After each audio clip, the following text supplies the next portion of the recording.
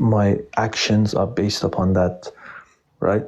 And you live today and you're a good person because obviously the world's become a better place. The West has become a better place. There's no doubt in that, right? So you don't ascribe to slavery and all these things.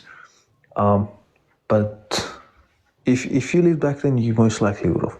Very, very high chance you would have.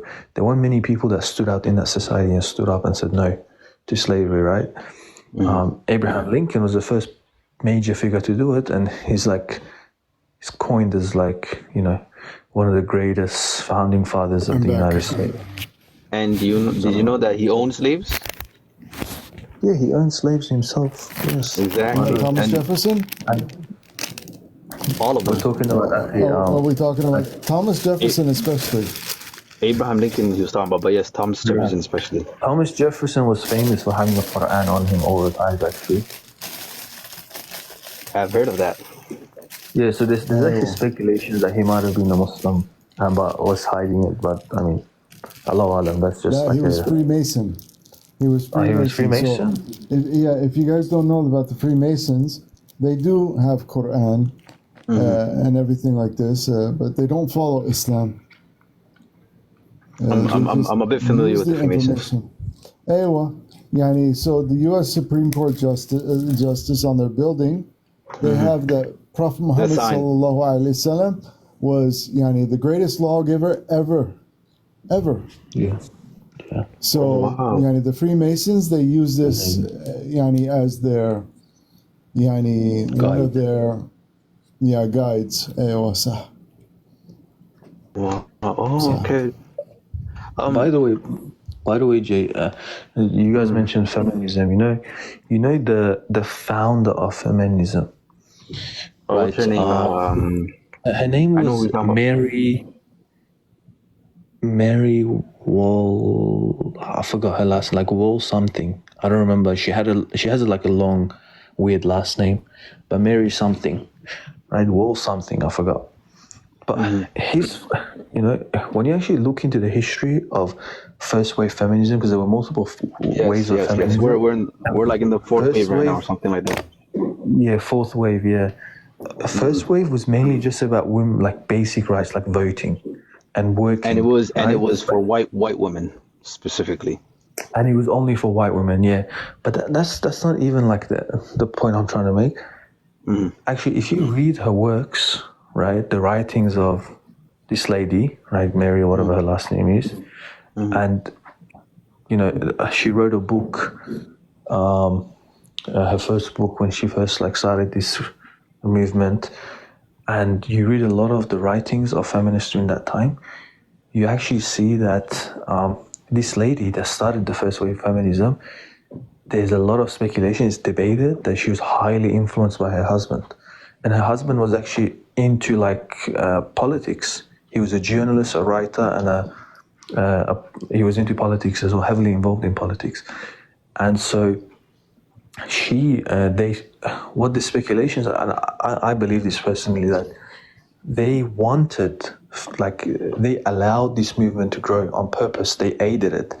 Because what they wanted, the elite class, was they sat down and they thought to themselves, okay, we're not allowing women to work, and only the men are working, and they're the main providers. But if we allow the women to work, the labor in our country, in our society, will double overnight. Absolutely. So what happens when you only have men who are half of the population working, paying taxes, buying property, right? But okay, let's just give them the right to vote. So what if they can vote, right? They're going to be working, paying us taxes, buying property, paying taxes on that, paying interest, right? So it's their revenue doubles overnight. It's like nothing. So it wasn't really, because you have to remember the elite class, which were all men, they didn't have to give these women freedom. The feminist movement only worked because the men who were in power decided to give them those freedom. Because they were going to gain something out of it. Well, because those men were going to gain. Let me ask you this. They were going to gain something out of it financially. It was a profit motive. Of course. Capitalism. It's a profit. It's a profit, definitely. Right? And we can see that. And I agree with this 100%. I don't have any problem with this. But let's look. from just the 1980s, right? How much slower life was. There was more of a family unit. I'm talking about the West. Yani it's still, yani بالبلاد, still the family value is there and everything like this. But in the West, right? Yani the family ate together. The family, yani, went out to places together. There were no devices. There were no everything like this or yani anything like this. Still, the woman was staying at home mostly. And again, yani, I don't have any problem with the woman working. So please, any women in the chat, don't think that. I don't have a problem. Yani, my wife, she works. So, I mean, in today's economy, you kind of have her to. money is her money. Yeah. I never ask her for any of her money. I'm not even allowed to ask her how much she has in a bank account.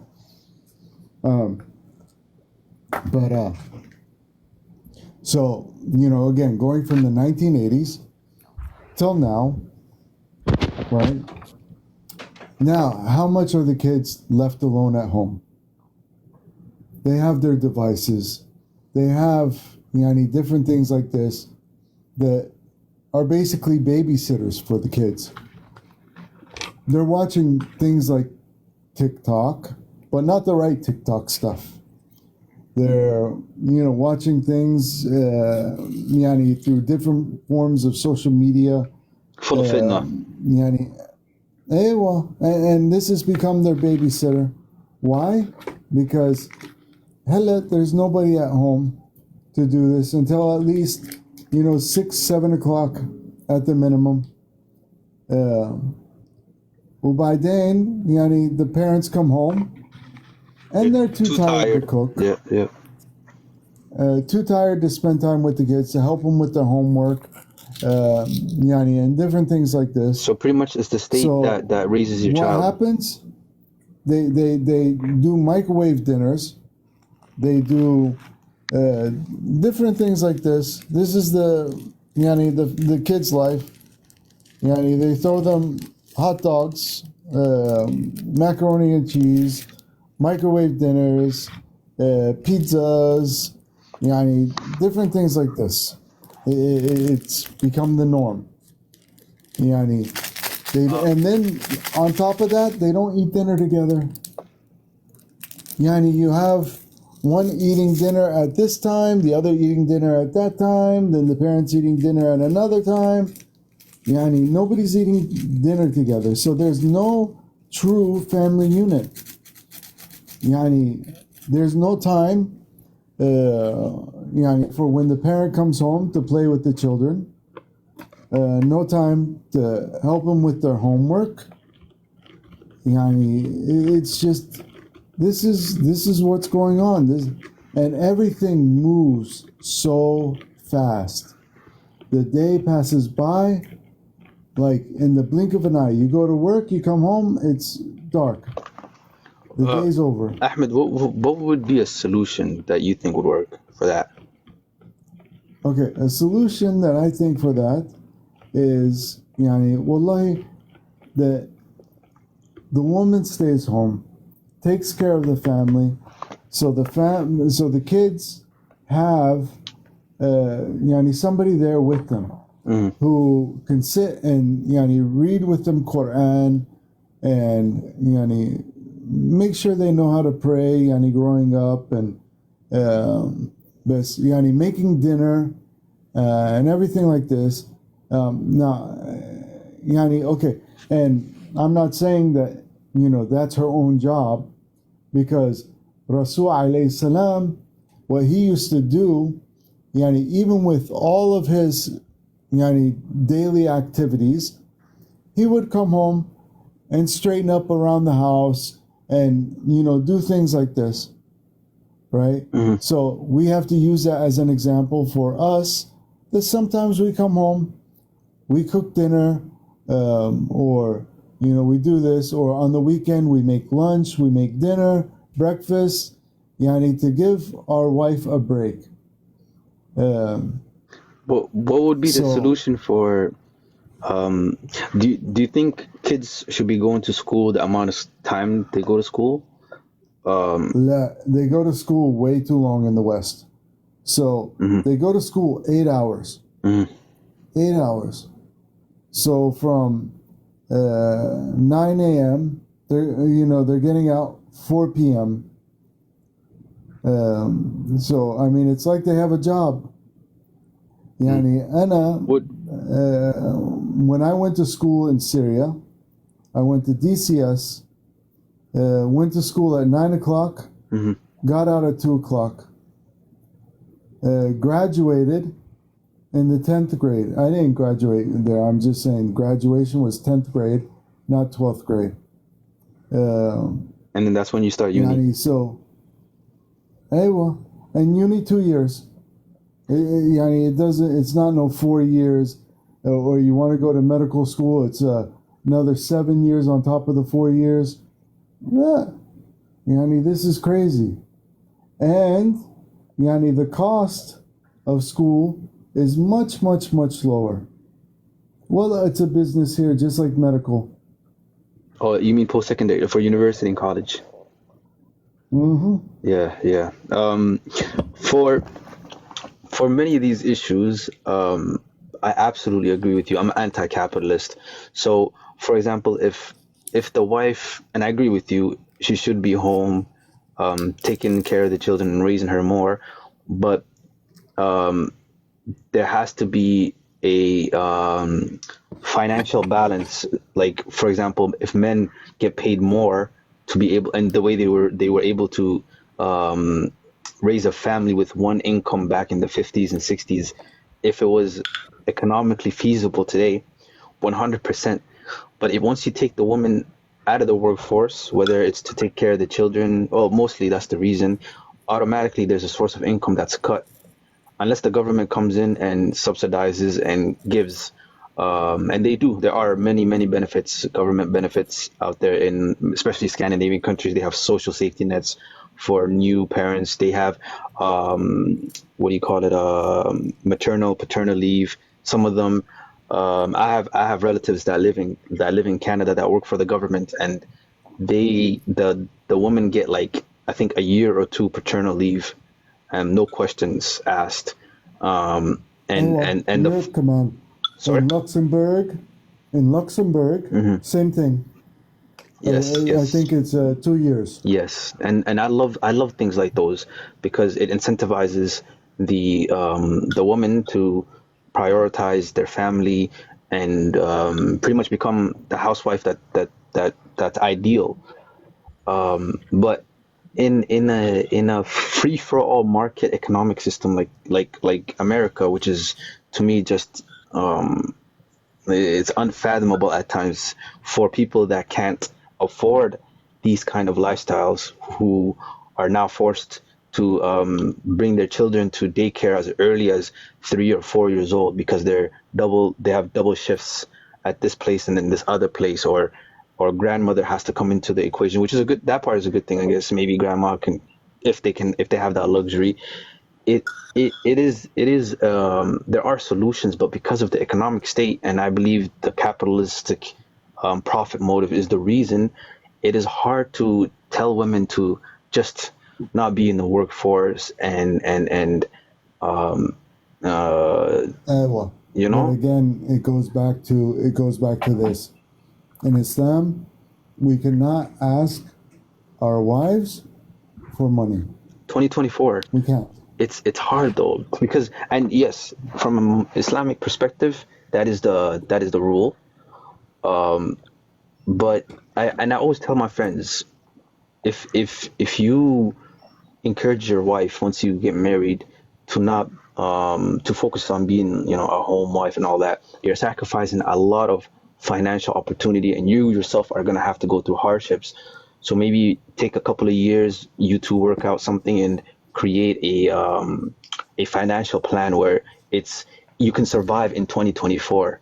Because it's to me, it's irresponsible to just tell people, hey, be a stay-at-home wife, don't go get your Okay. post-secondary education to further your financial gains eventually. Yeah, I hear exactly what you're saying, right?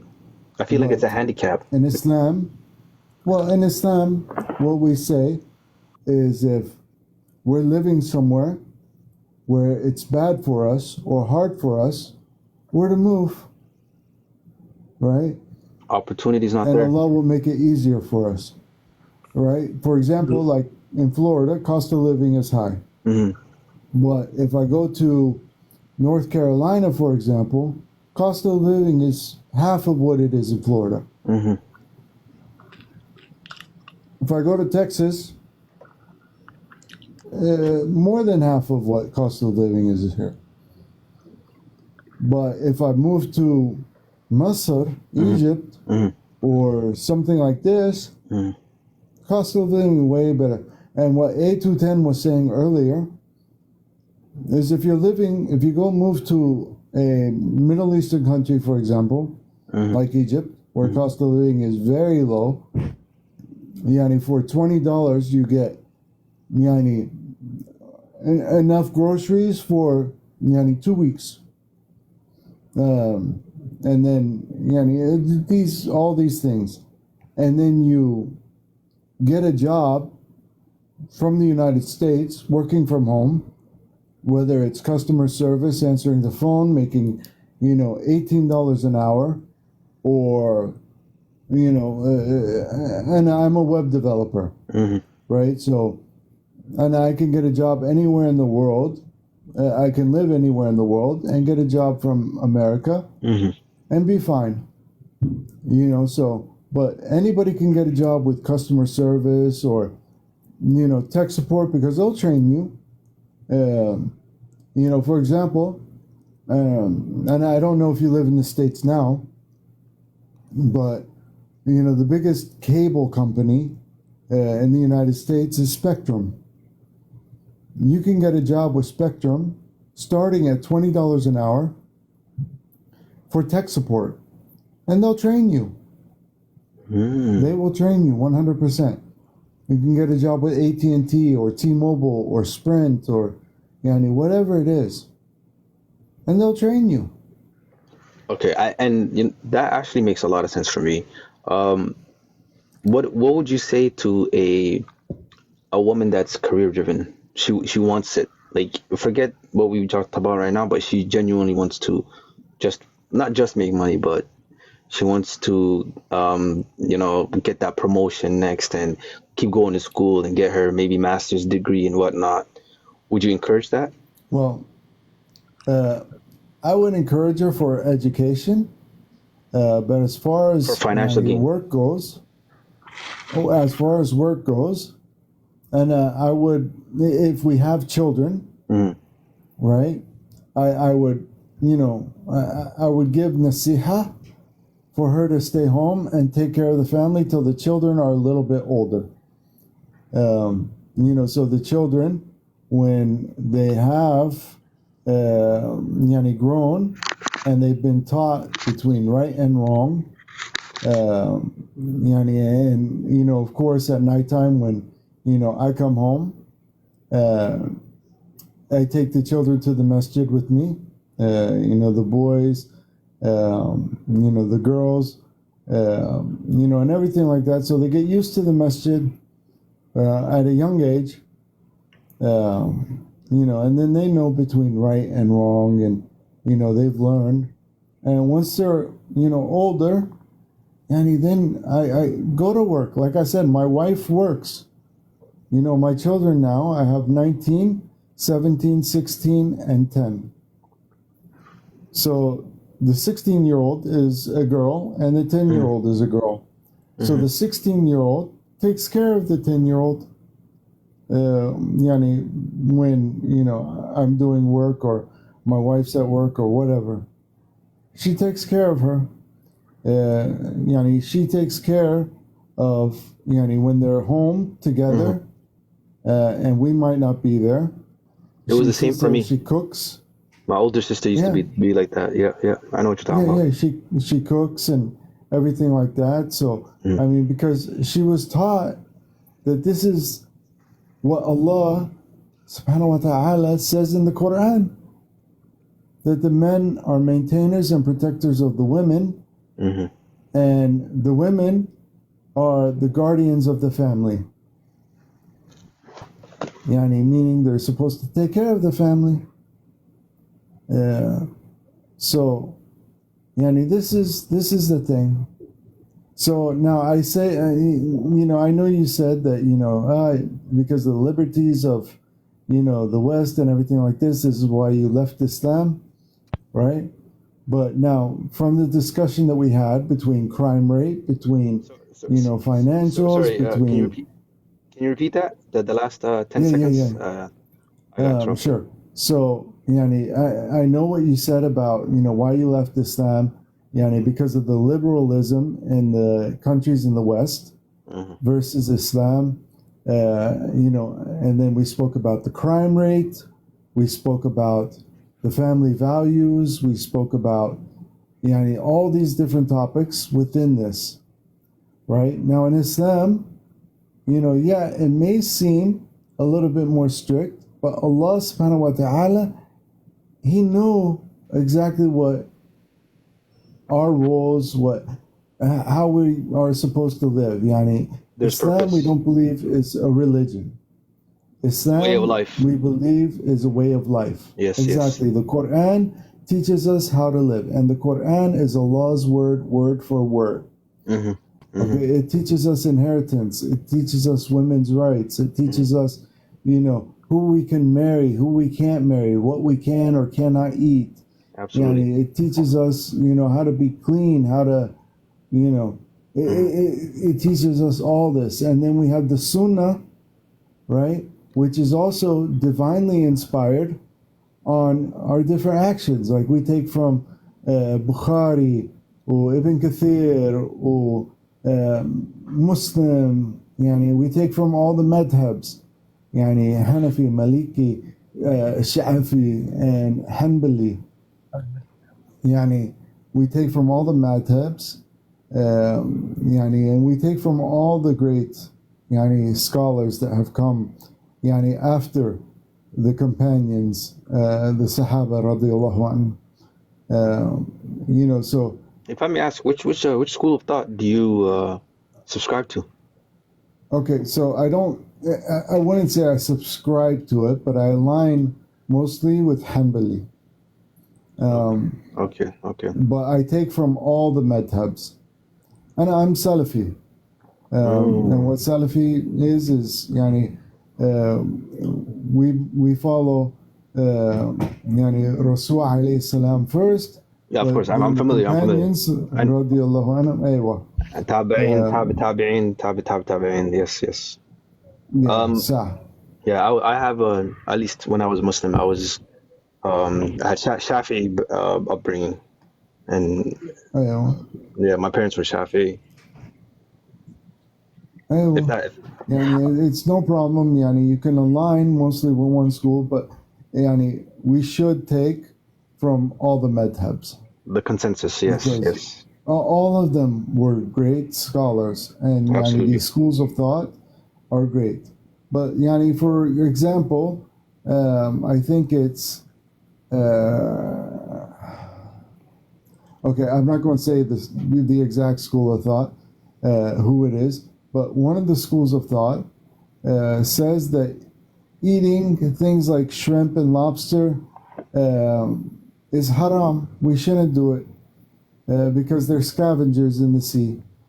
But I've heard of this. Rasul alayhi salam and yani, all the other madhabs, they say everything in the sea is halal. Everything. So shark, whale, fish, lobster, everything. ايوه حبيبي. بسؤال على السريع كثير هلا هون كل المرضى لازم نسألهم انه اذا جاء على بالهم يعملوا HIV تيست، مو بس انت، نسأل كل المرضى. RJ, Yes, akhi. Yes, bro. please watch Dune. Bro, you know, I had it on this legal, very, very legal website. I may be familiar with it. Does it start with the F? No. Okay. Never mind then. Yeah. I searched up Dune, and Allah, like there was so many Dune movies. It's crazy. Yes. They're all from like the 60s and 70s, right, or something like A that. lot of them are old. Yeah. No, watch it. So, I watched and a I'm little sorry, bit. guys. My doctor is from my country, so he comes in and talks to me. Wow, Alhamdulillah. how lucky! Wow. Is he your family doctor or just the doctor you were given? Doctor in the hospital. Wow. So the other hospital I go to, Dr. Phillips Hospital, he used to be there. So the hospital I'm at now, because this is where my surgery team is, he's here now. So, Oh, you're lucky. That's very lucky. Alhamdulillah. So, and I hate to interrupt again. I know I keep coming in and interrupting. Oh, all good. RJ, Wallah, forgive Deep me. into conversation. I'm enjoying this. Allah, I'm enjoying listening. So, and I tell you, you just have a few simple rules. To pray 5 times a day. To believe in Allah subhanahu wa ta'ala and Rasul alayhi salam. To fast during Ramadan. To give zakat. And to do Hajj once in your life if you're able financially and health-wise. If not, and you had the intention to go, you wanted to go, you get the same rewards as if you did it. Alhamdulillah. We believe in Tawheed. That there's only one God. Surah Ikhlas sums up Tawheed. Yes. Allahu Ahad, Allahu Samad, Lam Yalid wa Lam Yulad wa Lam Yakun Lahu Kufuwan Ahad. Say Allah, He is one. Yes. Aywa. This sums up Tawheed. He neither begets nor is He begotten, of course, and there is nothing unlike to Him. Aywa, sah. That's just a summary. Of course, it goes much deeper, but this is just a quick glance of what Tawheed is. We believe in all of the angels. We believe in all the messengers that came before and all the messages that came before. Yes. You have to believe in the book and the day of judgment, and the day of resurrection, and we believe in the book and the prophets. Predestination, Qadar Allah. Yes. So, but to follow these few simple rules: don't eat pork, don't drink, no premarital sex, pray 5 times a day, right? Believe that Allah subhanahu wa ta'ala is your Lord, and that Rasul alayhi salam is the final messenger. To feed the poor, and to make the pilgrimage that Abraham alayhi salam and Ismail alayhi salam had made. Alhamdulillah. Hi, good morning. Hey, I'm Bethany. I'm one of the practitioners of Dr. Buckholz. Yes, hi. I know he came in earlier, so I just I didn't see Dr. Buckholz. Oh, The brother I mute just in case they said something private. Yeah. It's fine. I was gonna ask you personally. What is there a Islamic ruling on things like weapons of mass destruction? I'm sorry, Matt. Yes. I genuinely am unfamiliar with it. I haven't done the research for it. What are the rulings for those? Oh wow, that makes a lot of sense. Because when it comes to war, innocent civilians are not to be touched, right? It should be just the soldiers on the battlefield. Intentionally harming civilian, like women, children, civilians. Anyone who's not participating in fighting you, you're not allowed to harm. Okay, so even trees, you're not allowed to cut. So a weapon of mass destruction, and most of them destroy the wildlife and the Like a nuke would drop it in the forest, absolutely wipe everything out. You're familiar with MAD, right? Mutually assured destruction. Yes. For me, I 100 like if I had the power and I could, if I had godly powers, for lack of a better term, and I genuinely can influence these things, of course I would get rid of it right now with a snap of finger. But of course I don't. But if no ever have that power. exactly 100%. But if you're a Muslim country, let's say, and there's no such thing as a proper Muslim country today that follows Sharia 100%. But if it did exist, and such a like the Muslim Ummah and empire is revived, and there's a Khalifa and all that, of course there are still existential threats. China's still going to exist, Russia's still going to exist, I think, at least. America is going to exist. If they create these weapons, would it be somewhat like restricting yourself if you don't, at least, because that is the initial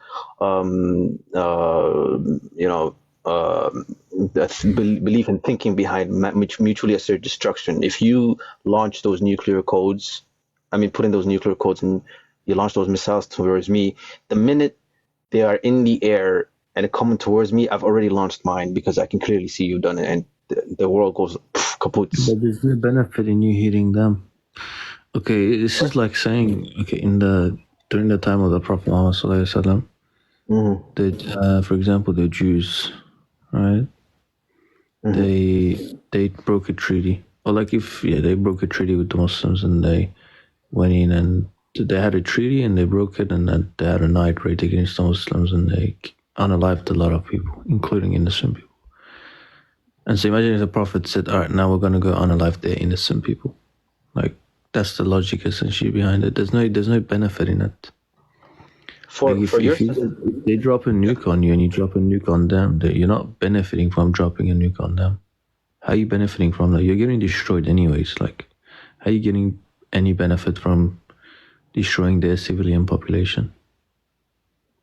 Would that not be a form of just because if my enemy, for example, because I'm thinking this as a geopolitical adversaries, right? So I want to always have the edge on my competition. So if my competition has these things that can wipe me off the face of the earth, wouldn't it be a disadvantage for me to try not be able to do at least as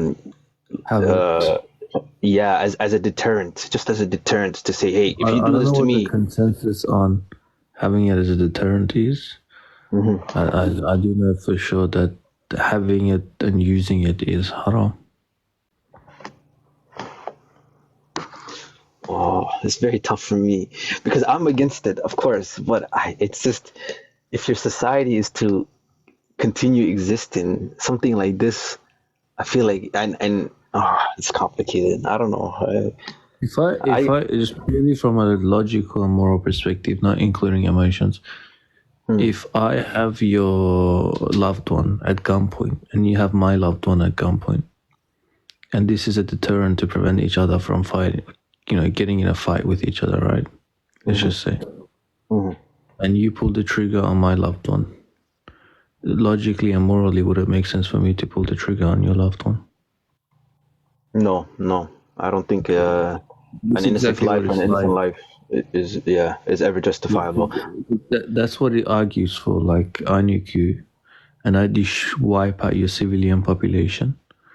Because in reality, is the politicians, like the elites in these cases, most of them won't be harmed. They're protected. They're probably hiding in bunkers, right? Hundreds of meters under the ground. Yes. And so you wipe out my civilian population, and in revenge, I wipe out yours. And so instead of you pulling the trigger on one single person who's my loved one, you're doing it on hundreds of thousands, if not millions. So it's a much, much worse scale. if you're the Muslim society, and let's say you abide by those rules, the Islamic paradigm, and you restrict your society from ever not only even using it but creating it to begin with, therefore there's no even way you can use it, but your enemy has it, and they tell you, we want these things here, this that, and we're gonna I don't know, maybe economically enslave you, or we want you to do things our way now. How would you be able to defend yourself? Against a nuke? Yeah, if they have such capabilities.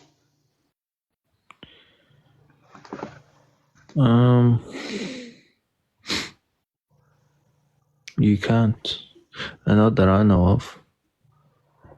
But if you have a nuke and they have a nuke and they nuke you, you're not really defending yourself. You're just taking revenge. It's not defense. Like if the US or if Russia nukes America tomorrow and America nukes Russia back, that's not really defense. That's just like, okay, you hit me, yeah, I'm going to hit you back. It's just like revenge. That's what it is, like tit for tat. Defense is like you throwing rockets, and like defense is like the Iron Dome, like taking down rockets. That's defense. They're not. I mean, yeah, obviously they're like bombing the hell out of Gaza, but the intention of the Iron Dome is just for protection. It's not. Yeah, imagine the Iron Dome, instead of taking down those rockets, it flies right past the rockets and it hits Gaza. It's like, okay, you hit me with a rocket, I'm gonna hit you back with a rocket. It's like that's not defense. That's just revenge, I guess. Offense, maybe. Okay, that's fair. To be honest, I've never asked that question to anyone, but it's always been something that's on my mind. Yeah, it is, to be honest. Like, I am kind of talking from my backside as well, because it's a very, very big question. It's a big dilemma. This whole nuclear thing is, even in the political world, it's a big dilemma. Many implications. They like to call it a deterrent a lot, but I feel like that's, in some ways a cop-out answer. Why do you think that? Because it is a deterrent until it's not. Yeah, I agree. And that's a scary reality. And that's the scary part about nukes. It's a deterrent until it's not. Do you think it's inevitable? I don't know. Because to me, a lot. My theory was when I was a believer, that would be the catalyst for the major signs. Yeah, that would be the catalyst for like those signs coming afterwards. And you're right, Allahu Alam, but nowadays, especially today, it seems like we're more closer to it than ever. But like I said, I don't like the idea of the world getting nuked, so I try to be optimistic. Me too. I like my family, man. I like my friends, and I like breathing, man. Exactly. I mean, genuinely, that radioactive stuff. It's oh man, I don't even know why. No, like this is see to me, this is the complications I always run into. Can I be honest with you, I think this is an assumption on my side, but I don't really think your problem is with whether God exists or not. I think it's just purely moral. That's kind of the understanding I've gotten, like the impression I've gotten from you.